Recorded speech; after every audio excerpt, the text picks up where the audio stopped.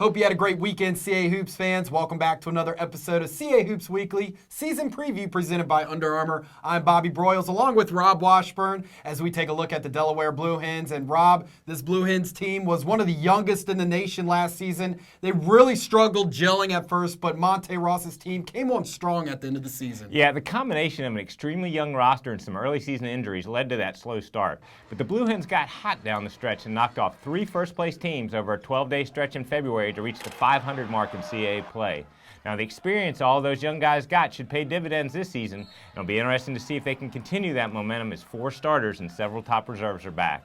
The Delaware men's team was picked 5th in the CAA predicted order of finish, and leading the group of young talent is All-CAA rookie guard Corey Holden. Yeah, Corey Holden is one of the most dynamic players in the CAA. He and Ohio State All-American D'Angelo Russell were the only freshmen in Division I basketball to average at least 12 points, 3 rebounds, and 4.5 assists per game last season. And he quickly became the spark plug of the Delaware attack. However, there are plenty of other weapons for Delaware offensively. Junior guard Casman Hayes scored double figures 20 times and tallied 11 points per game.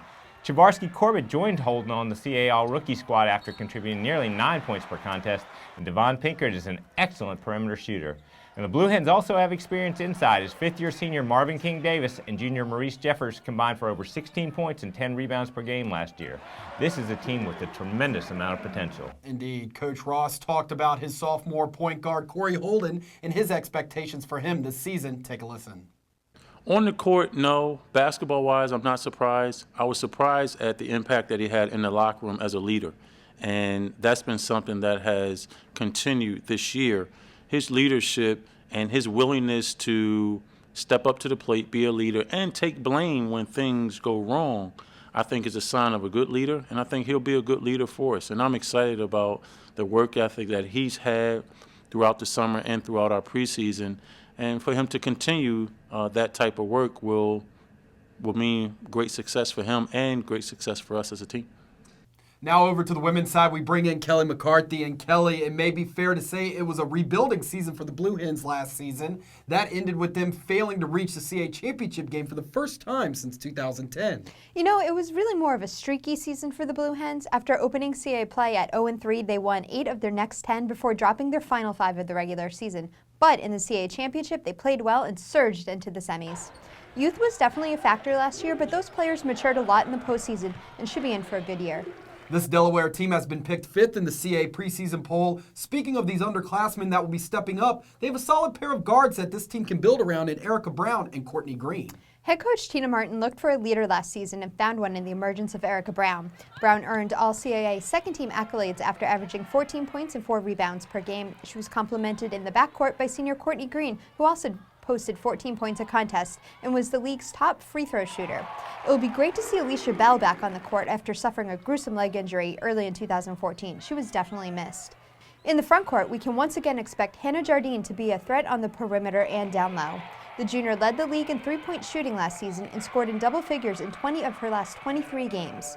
Sophomore Makeda Nicholas adds a presence in the paint for the Blue Hens as well. Here's Coach Tina Martin at Media Day talking about her 2 guards and her expectations for them this season. Well, you know, I think Erica Brown is more of a slashing point guard, and obviously Courtney Green is a three-point shooter, and, you know, Courtney's expanded her game a little bit to get to the rim, but Erica does such a great job of penetrating and kicking to Courtney and giving her some open looks, and then, you know, Courtney, because she can shoot the long ball, opens up lanes for Erica because people have to come out and play her, and that opens up the lane. So I just think they both have the mentality of, you know, defense first. You know, we've been stressing to them that a lot. And then the bottom line is that they play off of each other. You know, Erica with the good penetration and Courtney with the good outside shooting. Coach Martin's team will open up Friday night, November the 13th at the Bob versus Lafayette, while the men's team will be in action the same night at in-state rival Delaware State. CA Hoops Weekly season preview will be back tomorrow as we take a look at the Drexel Dragons as Denise Dillon's team looks primed to challenge for a CA title, while Bruiser Flint's squad will be looking to lean on a new leading scorer going into this season. For Rob Washburn, Kelly McCarthy, I'm Bobby Broyles. We'll see you tomorrow.